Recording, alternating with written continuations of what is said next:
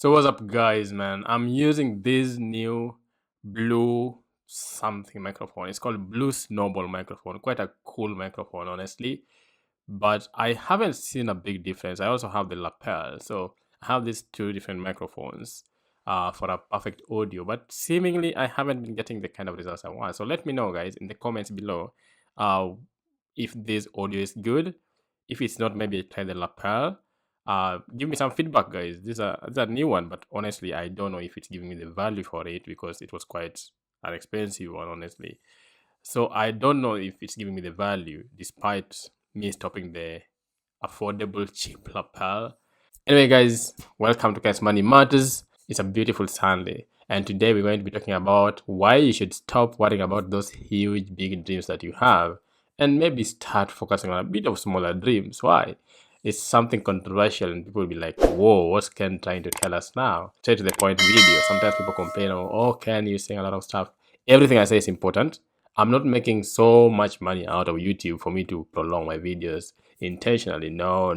I don't even care about it, by the way. I have other more important things that could bring me money. YouTube is the least of all. So this is a channel for educating people. So if I come here and I'm educating people, I say what I deem necessary. And of course, if you find it long, please, millions of channels, by the way. I hear there are over 35 million channels on YouTube. So don't waste your time commenting. Don't waste your time doing something you don't like. Just scroll over. I like life like that, easy, right?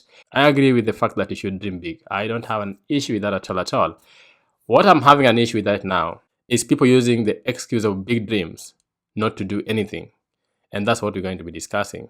I'm going to discuss how big dreams can actually paralyze your growth completely. It can paralyze you from growing. It can paralyze you from progressing financially speaking. It can paralyze you from building wealth. It can paralyze you from achieving your dreams.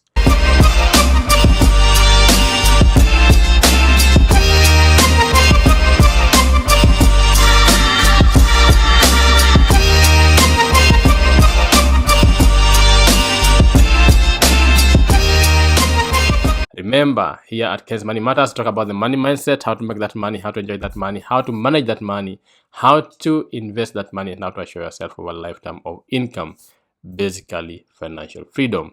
So, what do I mean when I say that you should actually stop dreaming big, because those big dreams could be stifling your growth? I'm going to give some pointers, and please feel free to give me your pointers too in the comment section below. It's just, my opinion. You can give me your opinion of how this thing is.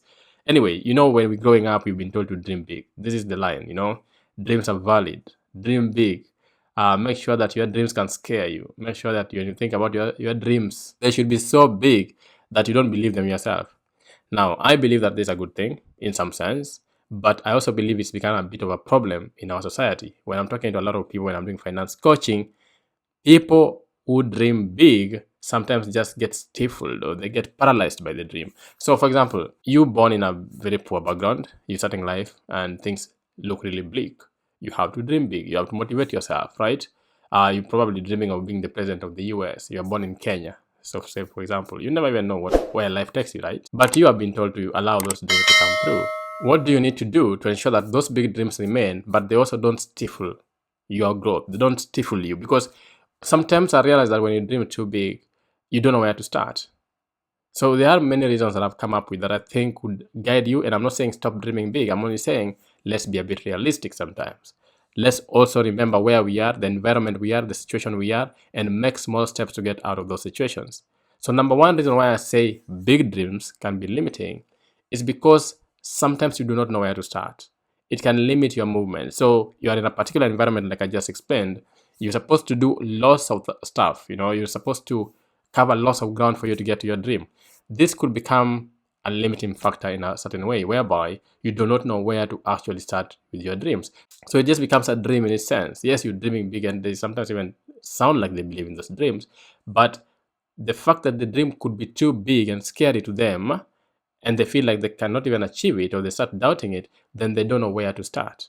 You need to have practical steps which you can follow to get to your dreams. However much life will change, a lot of things will change. You have to be flexible, right?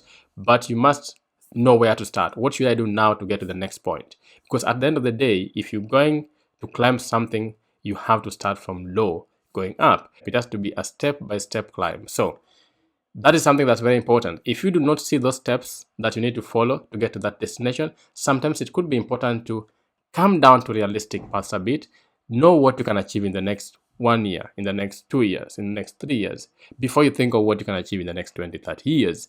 Because then that provides you with very realistic steps, and it makes you start realizing that those big dreams you are thinking of can actually come true as you make that progress.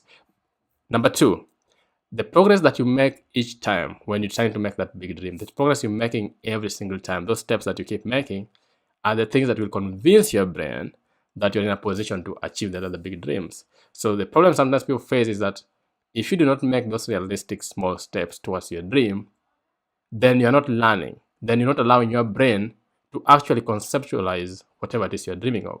So for instance, let's say you're dreaming of having a massive house next to a beach. It costs 100 million, for example. Where you are at the moment, you have nothing, basically nothing. How do you start making steps towards that direction? You need to understand what steps you're going to make. And for you to conceptualize and think that you can come from your small house or dilapidated house to that 100 million house, you have to make some wins. And those wins can then allow your brain to start accepting that that big dream could actually be true. So this is something that I have tried. This is something that works perfectly well. Let's say you want to save $1 million, right? If you can manage to save $100,000, then that win of having that target of $100,000 will make you conceptualize having $1 million. It's a very simple, direct step. But if you sit where you are and you have nothing and you're dreaming of saving $1 million and you don't even have enough cash flow at the time, then again, that big dream is stifling you. That big dream is not going to materialize. That big dream is basically just putting you in a place whereby you don't know where to start. You don't know what to do. So what I'm saying is very simple. Those small steps that you'll be making, that progress you'll be making, those small wins that you'll be having will help you conceptualize, picture, and have a realistic view of that big dream that you're having. So sometimes, even though you're having that big dream, yes, come down to these smaller things that you can achieve, and then they can encourage you psychologically and mentally, prepare you for the bigger dream. The third issue I have with these huge, massive dreams that we have been brainwashed into, I would say, is that you get too engrossed into the details. So you get too engaged into the details of it. So sometimes it's such a big dream and it requires so many things to do. So you want to achieve something so grandiose, and you need to put a lot of moving parts together for you to get there. Let's say it's a business, for example. You want to achieve a massive business. You want to have an international business. It requires a lot of moving parts. It requires you to put a lot of things in place. Now, why this could become a problem is because when you got too involved into small details, sometimes you don't make any progress. So if you don't focus, if you don't have a particular focus of what you're doing, if you don't put your attention onto particular stuff and see them through to the very end, then you end up just moving around. You have too many things going on and you're trying to achieve all of them, and therefore you end up not achieving any of them. So you get too engaged into the details of these particular parts, moving parts that you need to get in order to achieve that big dream. So what happens in that case is you need to limit. Maybe if you limit that dream a bit, deal with the small parts, the fewer parts, put them into place as you move forward towards the bigger dream. When I talk about finance, for example, people are too involved in cutting their budget, saving money that they have, cutting their expenses, stopping this, stopping that to save money. I sometimes tell them that's a limiting mindset. Okay, so you're thinking of saving $1 million and you're thinking of cutting all your expenses so that you can save for $1 million. It might not be the best approach. The best approach could be, why not think of increasing my income? Why not think of focusing on a particular business, a particular source of income, and forget about all these things of what I want to do to cut out my expenses. Focus on getting a different source of income that can then replace everything else that I would want to do. We are too involved into the small details sometimes, and those details become confusing to us, and therefore we can't really focus. Someone once said that movement doesn't mean progress. Okay? So sometimes you doing so many small stuff does not mean you're progressing towards your big dream. And then the fact that these dreams do become too theoretical. So a lot of us have been told, okay, you need to dream big. And we don't do it out of our own volition or out of the fact that we want to do it, or we love it, or we are passionate about it, or we have very clear reasons why we want to achieve that particular dream. But we do it for other reasons. Probably because you've been told in school, because it's cool, Because if you meet a girl or a man or whatever, they want to know your dreams, your plans in life. Therefore, these dreams just become theoretical stuff. They become things we're just talking about, but we don't take steps. A lot of people are dreaming on their couches. A lot of people are dreaming on their beds. If you don't get up to do what you need to do, then that remains just but a theoretical dream. And this theoretical dream has become very common among young people. We sit down and we expect that things will just happen.